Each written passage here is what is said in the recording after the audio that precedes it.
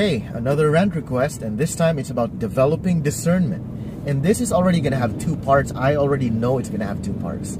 So the first part, I'm going to talk about what discernment is not, what it is, what it's not, and low discernment. All right. So when it comes to discernment, there are different kinds. Maybe I'll call them levels or maybe areas. All right.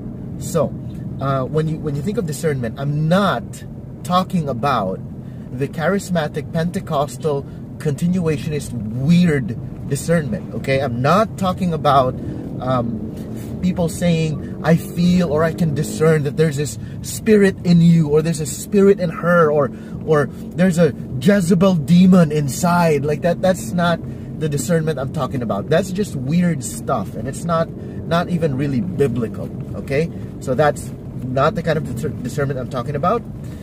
Discernment can be defined as basically a person who is prudent or wise or slow in not overly slow, but takes his time to prayerfully consider in a wise way, in a reasonable amount of time, making decisions or assessments or judgments about certain things, people, issues, and situations. Okay, so that's discernment. It's basically having a very strong, not just biblical knowledge or biblical wisdom, but knowing how to apply the Bible in certain things. And I'm going to talk about how to develop that. But first I want to talk about, we discussed what discernment is not. Now, one of the ways to really grow your discernment or develop discernment is to be truly accountable. And I have made a rant about accountability or biblical accountability already. I'm going to look for it and put the link in the description down below. But I want to just focus a little bit on this, just a little bit more information for you guys. If you are taking or being quote-unquote mentored or accountable to someone or people outside your local church, that already tells me you have very, very low discernment. And I'll tell you why. Because first and foremost, when we talk about accountability, right? God designed that there be shepherds in local churches and there be members in local churches. And that the members, God commands members to submit to their shepherds, to their leaders. And that the leaders are designed by God in a church to shepherd, to watch over, equip, and mentor the flock, their flock.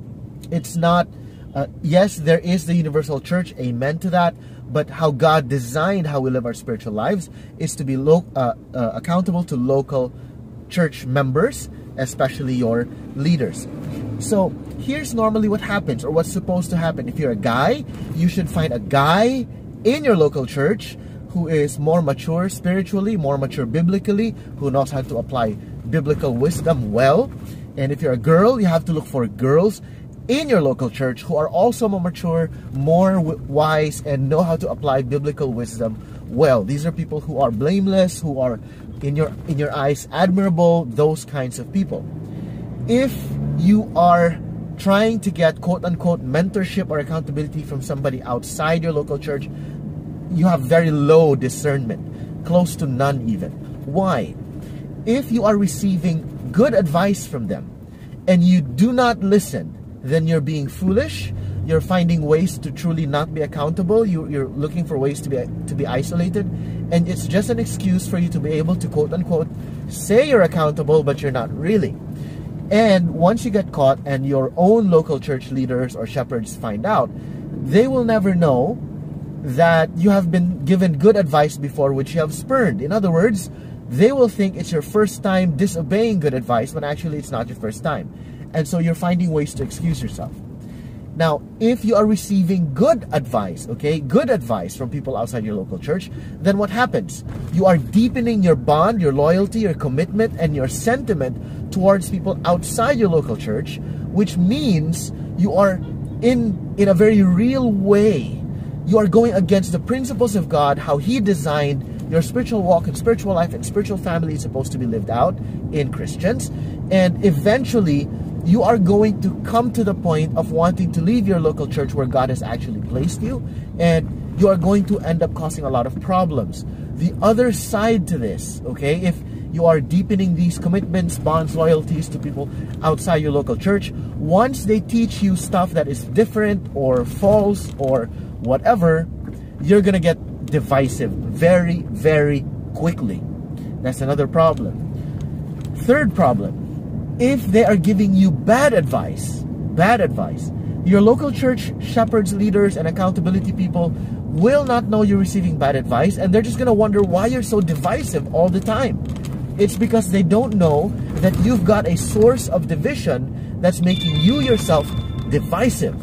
All right, so that's why I'm saying, guys, that really, if you're trying to get mentorship or accountability from people outside your local church, you have very, very low discernment. Now, how do we develop discernment? I guess this is going to be a one part. I'm going to try to squeeze it into just part one. All right, so to develop discernment, and there are different kinds. Some people, or maybe we'll call it area. Some people are very, very discerning when it comes to false teachers. Agree? Like some people, they just hear a false teacher and like 3 sentences, they already know like, oh, okay, that guy's a false teacher. We should avoid them. Others have very, very good discernment when it comes to relationships, you know, like romantic relationships. Other people have very good discernment when it comes to relationships in general, you know, like father-mother and conflict resolution, and they know, they have discernment. They understand how to make biblical decisions, wise decisions on these topics. Others have great discernment when it comes to money, finances, investments, and they can detect scammers very quickly, you know, stuff like that. So when it comes to developing discernment, it's not like you can just listen to a 10-minute rant or attend a lecture, attend a sermon, attend a seminar, and suddenly, wow, you've got discernment. It's not like that. There are different kinds of discernment, or different areas, or different levels.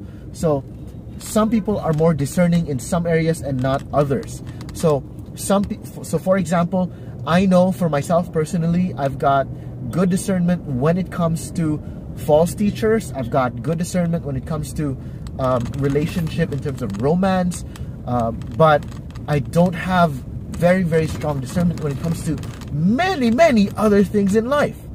So it really depends. Others develop their discernment because of certain traumas. One of the things that I have been really studying about is narcissism, and I've got, I would say, some good, I guess, good discernment already when it comes to narcissists and narcissism, and how narcs can be, you know, easily more, I can spot them more quickly. It doesn't even matter anymore if they're a covert or an overt narc. They're more spottable to me. But in many different areas, I'm not yet very developed in my discernment. So there are different kinds of discernment, different areas, and different people are strong in some, not in others. Okay, so that I guess is the areas of discernment. So I'm going to talk to you guys now about, okay, you know what, I'm going to make a part 2. Part 2 is going to be about how to actually develop your discernment, right? So let's get to it.